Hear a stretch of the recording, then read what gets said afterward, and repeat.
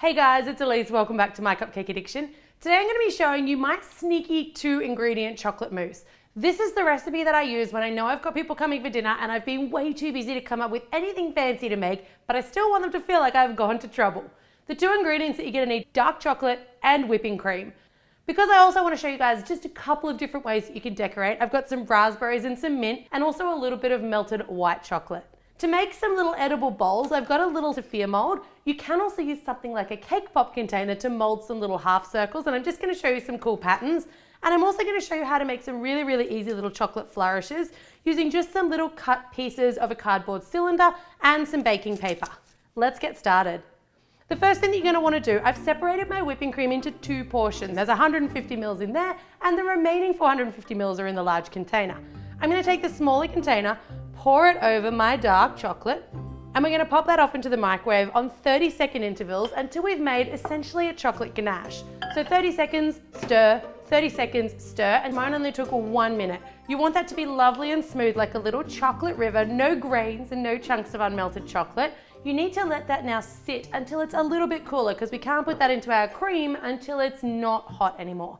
While we're waiting for that to set, I promised I'd show you how to make some really fun little edible bowls. So I've got my little circle molds and I'm going to take just a little bit of my white chocolate and then I'm going to come above the mold and I'm just going to dribble and shake around.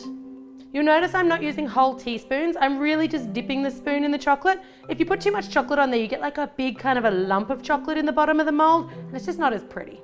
Before I let that one set, I'm just going to take a knife and I'm just going to run it along the top, and that's really just so that I don't have any ridgy edges on my finished bowls. I want them to be nice and smooth so they don't crack when they come out of the mold. Pop them off into the fridge to set, and then when they set, we're going to fill them with chocolate to make them like a multicolour bowl. While those ones are setting, we're going to create a couple of just really simple swooshes. So I'm just going to take a little, not even a half a teaspoon of that white chocolate, place a little blob down, and I'll do another little blob, might as well make 2. And then I'm going to run the back of my spoon through my little swoosh on a little bit of an angle. And then I'm just going to take one of my little cardboard tubes and pop it inside. They're going to dry like that. When they set, you've got a really nice little over-the-top chocolate decoration. I like to make those using dark and milk and white chocolate, and sometimes I even marble them. They're super simple. These little guys here do not take long at all to set. They were literally in the fridge for about 2 minutes, but that's really thin, fine chocolate. So I'm going to take a bit more of my dark chocolate. I'm going to put about a tablespoon or so in there, and then I'm just going to quickly swipe it up the edges. You want to make sure that your chocolate isn't too hot here, or else it's going to melt that white chocolate underneath. So just have a feel of it. You want it melted, but you don't want it to be super hot. Similar to with your white chocolate, I'm just going to run my knife along the top just to make sure we're as nice and smooth as we can be.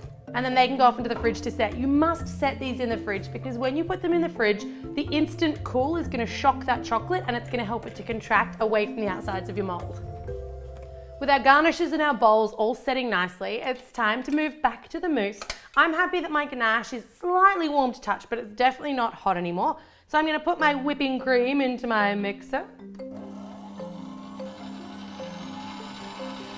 With this cream, I'm looking for a semi-whip, so I want it to be firm enough that it's starting to hold its own shape, but I definitely don't want to whip it all the way because when I fold through this additional mixture, it's going to continue to whip it, and I definitely don't want over-whipped mousse. All right, I've got a semi-whipped consistency so that you can see what that looks like. Basically, if I lift up that cream and let it slide, it should slide straight off the spoon. The beaters are just starting to leave a little mark in the actual cream itself, but they're certainly not holding it to stiff peaks. I'm going to pop the mixer back down and I'm going to turn it onto a very low speed and then slowly drizzle in my ganache mixture. So I've whipped that until the beaters are leaving a mark in the cream. So it should just look like brown whipped cream. That is your 2-ingredient chocolate mousse. You need to keep that chilled until we're ready to pipe it into our little containers. So I'm going to pop the whole bowl off into the fridge. With your mousse in the fridge and your little bowls set, and these are nice and thin, so they shouldn't take you too long to set, they're just going to hopefully pop right out of that little mold. Look how easily they slide out. They're beautiful and shiny and they're a lovely little 2-tone color. So I'm going to show you how to build them into these very simple kind of elevated goblet dessert cups. Of course, you could just use them as little bowls if you wanted to, but I always like to take things just that little bit further. I'm going to use one of my larger bowls and one of my teeny little mini bowls, and I've also got a little bit more of that melted chocolate. Try not to touch them on the outsides too much because they will melt, but you'll also put fingerprints on them. But I'm just going to take the very, very tip here and I'm going to dip it into some of that chocolate and lift it up, kind of shake off any excess. And then, because I know they're nice and cold, I want to work quite quickly. Grab my top bowl, rest it on top, making sure that it's centered, and then just balance it there gently until it gets a little bit tacky, which shouldn't take long because both parts should be relatively cold. Look at that, teeny tiny little elevated edible bowls. I'm gonna grab my mousse out of the fridge. I've popped it into a piping bag just to give me a little bit more neatness. I'm just gonna snip a bit off the end and it's kind of gonna make its own little piping tip. And then I'm just gonna use it to just pipe a nice little amount of my delicious, smooth, silky chocolate mousse into each of our little containers.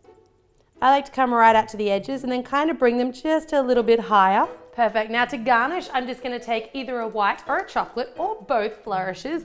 I'm gonna pop them straight down on top and then I'm gonna pop a fresh raspberry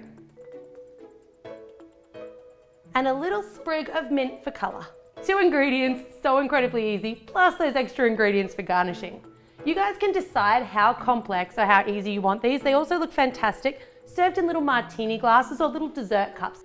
And that is how you make it look like you've spent all day in the kitchen preparing for people to come around, when in fact we've made these in less than 30 minutes.